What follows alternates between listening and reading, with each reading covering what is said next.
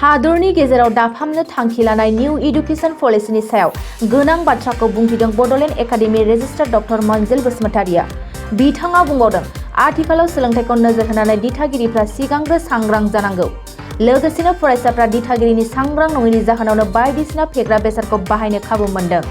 Doctor Bodo बसुमतारिया बुंबावदों, new education policy फैयोब्ला फरायसाफोरनि फारसे जेंना जाया। बबेखानि फरायसाफ्रासो माखासे खाबुखौ मोननो हागोन, बिथाङा गावनि बिबुंथियाव फोरमायो।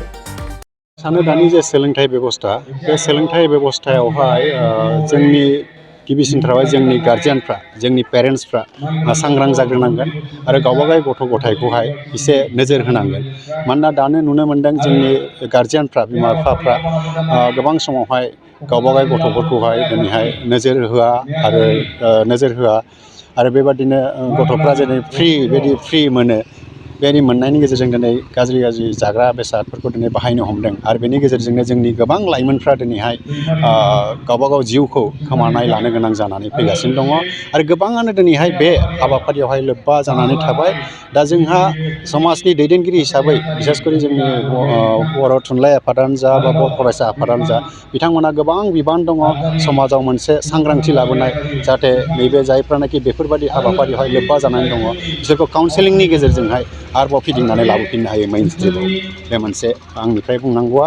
आरो दानो जे मोनसे सोलोंथाइनि बिथिङाव आं बेखौनो बुंनो नागिरदों, जोंनि बड'लेण्ड इउनिभारसिटिया जेनाखि बड'लेण्ड ओनसोलाव थानाय मोनसेल' इउनिभारसिटि, बे इउनिभारसिटिया दिनैहाय फैगोन बोसोरनिफ्राय जेनाखि गोदान एडुकेशन पलिसि फैदों, निउ एडुकेशन पलिसि फैदों, बेखौ इमप्लिमेन्ट खालामनो थांगासिनो दङ। बेनि थाखायनो आं सानो बे गोदान एडुकेशन पलिसिया फैनायनि सिगां जोंनि रायजो राजाफ्रा बे पलिसिनि सायावहाय मोजाङै मिथिग्रोनांगोन। आरो आङो मोनसे मोजां मोननाया बेनो जे दिनैहाय जे गोदान एडुकेशन पलिसि फैदों, बे गोदान एडुकेशन पलिसिनि सायावहाय गोबां सांग्रांथि हाबाफारिया जोंनि समाजफ्राव जागासिनो दङ।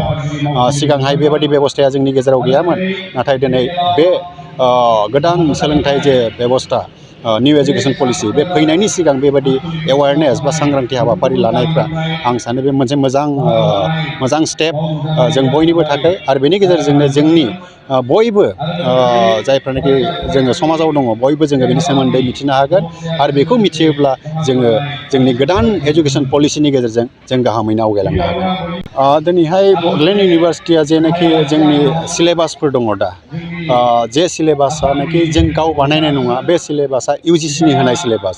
बिं ए निउ इउनिभारसिटि, मोनसे गोदान इउनिभारसिटि जानायखाय बियो बै समाव सम मोनस्लाबैयावहाय इउजिसिनि जे सिलेबास दङ, बे सिलेबासखौनो एडप्ट खालामनानै बियो इमप्लिमेन्ट खालामदों।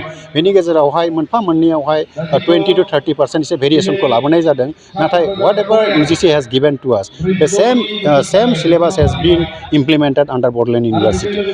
दिनैहाय जोङो पिजिआनो जा, मास्टार डिग्रियानो जा एबा इउजिआनो जा, बे मोननै लेभेलावबो दिनैहाय इउजिसिनि होनाय सिलेबासखौनो दिनै इमप्लिमेन्ट खालामगासिनो दङ।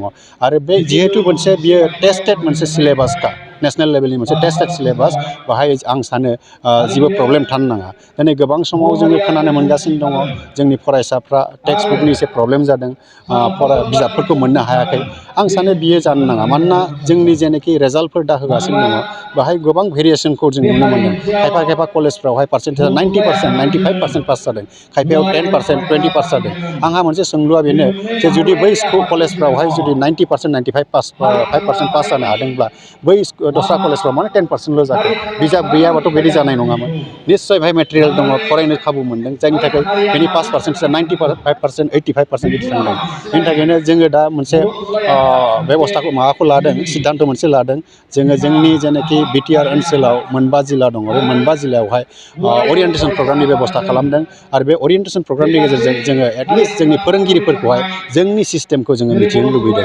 आरो आं सानो जोंनि जे बड'लेण्ड इउनिभारसिटिनि जे सिलेबासफोर दङ, बे सिलेबासनि गेजेराव जुदि फैगोन जे निउ एडुकेशन पलिसि फैगासिनो दं, बे पलिसिनि गेजेरजों जों एसे सोलाय सोल' खालामोबा, एसे स्किल बेस कर्सफोरखौ जों होयोबा, बेनि गेजेरजों साबसिन हामसिन जों हिउमेन रिसर्सखौ जों दानो हागोन। मोजां सोंनायखौ होनदों।